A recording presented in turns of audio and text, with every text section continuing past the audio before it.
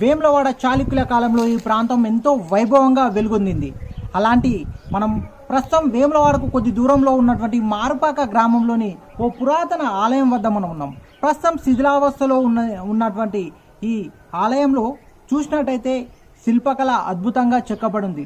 ఈ గుడి నిర్మాణం చాలా బాగుంది. ఎంతో వైభవంగా వెలుగొందినటువంటి ఈ దేవాలయం నేడు శిథిలావస్థలో ఉంది. ఇందులో ఉన్న విగ్రహాలు మాత్రం కనిపించట్లేదు.